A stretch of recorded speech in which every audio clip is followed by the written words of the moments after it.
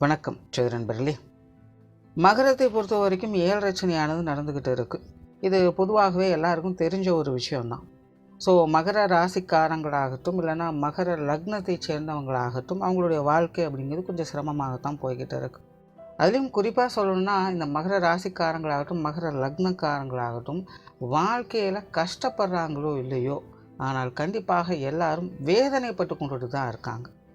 இது ரெண்டுக்கும் அப்படி என்ன பெரிய வித்தியாசம் அப்படின்னு பார்த்தீங்கன்னா, நார்மலாக மற்ற ராசி லக்னக்காரங்களுக்கு இந்த 7 சனி அஷ்டமச்சனி பாதிப்புகள்லாம் வந்துருச்சு அப்படின்னா வாழ்க்கையவே ரொம்பவுமே சிரமத்துக்குள்ளாக்கிடும்.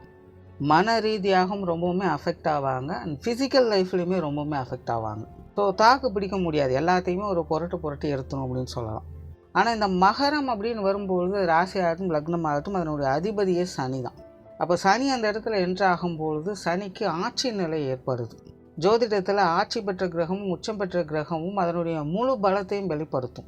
அதுலேயும் ஆட்சி பெற்ற கிரகம் தன்னுடைய சொந்த வீட்டுக்கு நல்ல விஷயங்களை தான் செய்யும். அப்புறையே மகர ராசி மகர லக்னக்காரங்களாம் கஷ்டப்படுறோம் அப்படின்னு பார்த்தோம்னா அது ரொம்பவும் சிம்பிள் தான். கிரகங்களுடைய தன்மைக்கு ஏற்ப தான் எல்லா விஷயங்களுமே செயல்படும். இப்போது சனியை பொறுத்த வரைக்கும் மற்ற கிரகங்கள் மாறி அல்ல, அது மந்தன் இருள் கிரகம், கெடுத்து தான் கொடுக்கும். நம்ம ஸ்ட்ரைட்டாக போய் அங்கே நல்ல விஷயத்தை எதையும் எதிர்பார்க்க முடியாது, ஆனால் நல்லதை கொடுத்துரும். ஸோ அப்படி தான் இந்த மகர ராசி மகர லக்னக்காரங்க வாழ்க்கையில் கஷ்டப்படுறாங்களோ இல்லையோ மன ரீதியான வேதனைகள் அவங்களுக்கு அதிகமாக இருக்கும். ஃபிசிக்கல் லைஃப்பில் நிறைய பேருக்கு இந்த 7 சனி ஆரம்பித்ததுக்கப்புறம் கூட கிட்டத்தட்ட அவங்களுடைய வாழ்க்கை நிலை ஒரே மாதிரி தான் இருக்கும். என்ன பெருசாக டெவலப்பாக இருக்க முடியாது. அதுக்காக அவங்களுடைய லைஃப்பில் அடிபட்டு வேதனையாகி தோற்று போய் கீழே விழுந்திருக்க மாட்டாங்க. அலைச்சல்கள் அதிகமாக இருந்திருக்கும். மன ரீதியான வேதனைகள் மன அழுத்தங்கள் போன்ற விஷயங்களை தான் அதிகம் பார்த்துருப்பாங்க. பட் லைஃப் பார்த்தீங்கன்னா ஒரே இடத்துல போகிற மாதிரி, கிட்டத்தட்ட கிணத்துல போட்ட கல் மாதிரி அப்படியே இருக்கிற மாதிரி தோணும். ஸோ இயல்பாகவே மனதினுடைய இயல்பு என்ன அப்படின்னா அது தொடர்ந்து நகர்ந்துக்கிட்டே இருக்கணும். ஒரே இடத்துல அப்படியே இருந்துச்சு அப்படின்னா அதுக்கு பைத்தியம் முடிச்ச மாதிரி ஆயிடும். ஸோ வாழ்க்கையானதும் நகர்ந்து கொண்டே இருக்கணும். ஒரே ஸ்டாண்டர்டில் வருஷக்கணக்கில் அப்படியே இருக்கும் பொழுது மன இறுக்கங்கள் ஏற்படுது. இந்த மகர ராசி மகர லக்னக்காரங்கள்லாம் அதிகமாக ஃபேஸ் பண்ணக்கூடியது இந்த பிரச்சனைகள் தான். மற்ற விஷயங்கள் எல்லாமே வருவதும் போகுமா தான் இருக்கும். இந்த மாத கிரகங்களுடைய அமைப்புகள் அந்தந்த இடங்களை கொஞ்சம் சப்போர்ட் பண்ண செய்யும், சில இடங்களை கொஞ்சம் நெகட்டிவாக வேலை செய்யும். ஸோ அந்தந்த நேரத்துக்கு தகுந்த மாதிரி சில பாசிட்டிவான விஷயங்களும் சில நெகட்டிவான விஷயங்களும் கூடுதல் குறைவாக அப்பப்போ பார்த்துக்கிட்டு வருவாங்க. ஆனால் இப்போது இந்த மகரத்திற்கு கொஞ்சம் சாதகமான வகையில் கிரகங்கள் அமையப்பெறுது. அதாவது முழு சுபகிரகம் என்று சொல்லக்கூடிய குருவினுடைய பார்வை உங்களுடைய ராசிக்கு இந்த 2024 மே மாதத்திலிருந்து அடுத்த 5 வருடத்திற்கு கிடைக்க ஆரம்பிக்கும். இதில் 3 வருடம் அப்படிங்கிறது முழு பார்வை பலம் அப்படிங்கிறது இருக்கும். இடையில் 2 வருடங்கள் அப்படிங்கிறது கிரகம் வக்கரம் அடையக்கூடிய காலங்களில் அந்த பலத்தை கிடைக்க ஆரம்பிக்கும். ஸோ நார்மலாகவே குரு பார்வை கோடி புண்ணியம் அப்படிங்கிறது எல்லாத்துக்குமே தெரிஞ்ச விஷயம்தான். ஸோ ஒரு ராசிக்கோ ஒரு லக்னத்துக்கோ ஒரு கிரகத்துக்கோ குருவுடைய பார்வை கிடைக்கப்பட்டுச்சுன்னா அதற்குண்டான நல்ல விஷயங்கள் எல்லாமே இயல்பாகவே கிடைக்க ஆரம்பிச்சிடும். பட் இந்த முறை ஒரு கூடுதல் ஸ்பெஷலாக குருவுக்கே கொஞ்சம் சிறப்பான அம்சம் தான் கிடைக்கப்பட்டிருக்கு. அந்த விஷயத்தை தான் இங்கே நான் பாயிண்ட் அவுட் பண்ண விரும்புகிறேன். அதாவது மேச ராசியிலிருந்து பயிற்சியாக ரிஷப ராசிக்கு போய் 1 வருட காலம் குரு சஞ்சாரம் செய்யும். இப்போ இந்த காலகட்டத்தில் குருவுக்கு 11ஆம் இடத்துல ராகு அமர்ந்து ராகுவுடைய பார்வையில் குரு இருக்கும். உங்களுடைய ராசி லக்னத்திற்கு 3ஆம் இடத்துல ராகு இருக்கும். உங்களுடைய ராசி லக்னத்திற்கும் ராகுனுடைய பார்வை கிடைக்கும். ஸோ இந்த மே மாதத்துலேருந்து அடுத்த மே மாதம் வரைக்கும் உங்களுக்கு குருவினுடைய பார்வையும் இருக்கும், ராகுனுடைய பார்வையும் சேர்ந்தே கிடைக்கும். பொதுவாக ராகு கேதுக்களுக்கு பார்வை கிடையாது அப்படின்னு சொல்லுவாங்க. ஏன்னா சயின்டிஃபிக்காக ராகு கேதுக்கள் அப்படிங்கிறது கிரகங்கள் கிடையாது, அது ஒரு நிழல் கிரகங்கள், சாயா கிரகங்கள், மாய கிரகங்கள் அப்படின்னு சொல்கிறது. பட் ஜோதிட ரீதியாக ராகு கேதுகளுக்கு 3 மற்றும் 11ஆம் இடங்களுக்கு இந்த ராகு கேதுகளுடைய அமைப்புகள் கொஞ்சம் வேலை செய்ய ஆரம்பிக்கும். குறிப்பாக அந்த இடத்துல கிரகங்கள் ஏதாவது இருந்தது அப்படின்னா அந்த கிரகங்களும் அதற்குண்டான வேலைகளை கொஞ்சம் கூடுதலாக செய்ய ஆரம்பிக்கும். ஏன்னா ராகு கேதுக்கள் அப்படிங்கிறது இயல்பாகவே அபரிவிதத்தன்மை கொண்டது. குறிப்பாக ராகுவை சொல்லலாம். ஜோதிடத்தில் குரு முழு சுபகிரகமாக இருக்குது. அது உங்களுடைய ராசி லக்னத்துக்கு 5ஆம் இடத்துல பூர்வ புண்ணிய ஸ்தானத்தில் பலம் பெற்று அமையுது. அங்கே ராகுவால் குருவுக்கு அபரிவிதத்தன்மை ஏற்படுது. அந்த குருவினுடைய பார்வையும் உங்களுடைய ராசி லக்னத்துக்கு கிடைக்கிது, ராகுவனுடைய பார்வையும் உங்களுடைய ராசி லக்னத்துக்கு கிடைக்கிது.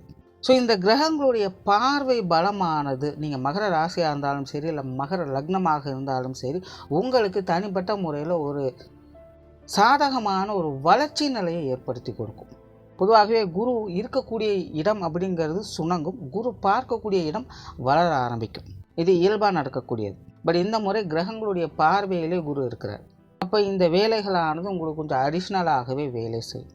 இது எல்லாத்துக்கும் மேலே உங்களுடைய ராசி லக்னத்துக்கு 9ஆம் இடத்துல கேது அமர்ந்திருக்கும். அதாவது உங்களுடைய யோகஸ்தானத்தில் ஞானாதிபதியான கேது அமர்ந்திருப்பார். அந்த கேதுவுக்கும் குருவுடைய பார்வைக்கு இருக்குது.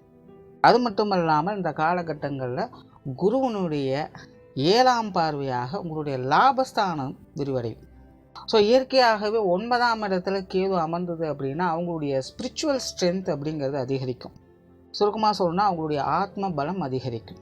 இப்போ இருக்கக்கூடிய இந்த காலகட்டத்திற்கு இந்த மகர ராசி மகர லக்னக்காரங்களுக்கு அதிகமாக தேவைப்படக்கூடியது இந்த ஆத்ம பலம் தான். ஏன்னா மன ரீதியாக ரொம்பவுமே வேதனைப்பட்டு ரொம்பவுமே சோர்வாகி களைப்படைஞ்சிட்டாங்க.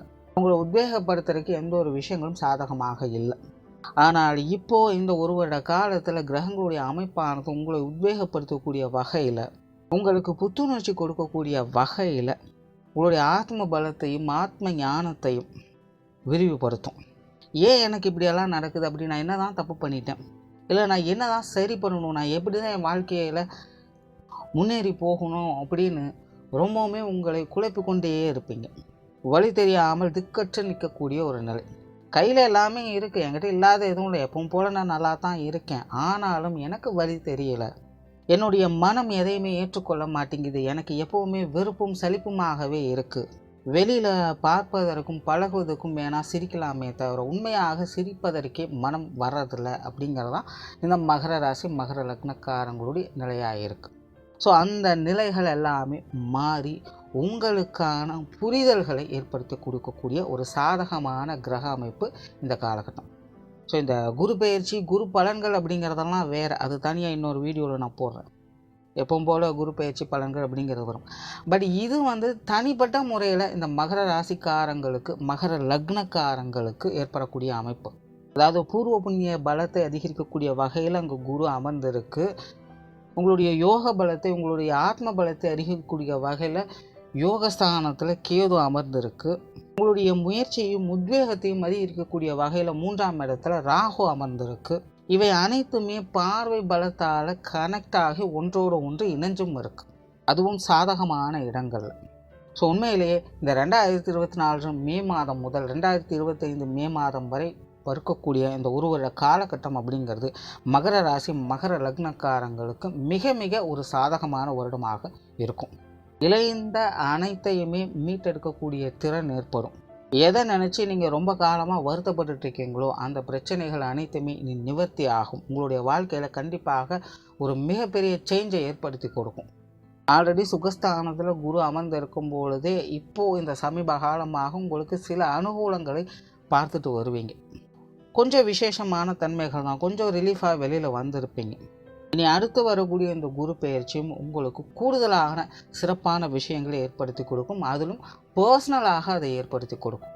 கார் வாங்குவீங்க, பங்களா வாங்குவீங்க, ப்ரொமோஷன் வாங்குவீங்க, இதெல்லாம் பற்றி சொல்ல வரல. உங்களை நீங்களே மேம்படுத்தி கொள்வதற்கான விஷயங்கள் சமாச்சாரங்கள் இந்த காலகட்டத்தில் கிடைக்கும். இங்கே பிரச்சனையே மகர ராசிக்காரங்க மகர லக்னக்காரங்களுக்கு அதுதான். தன்னையே இழந்தது போன்ற உணர்வுகளில் அவங்க இருந்துட்டு வருவாங்க.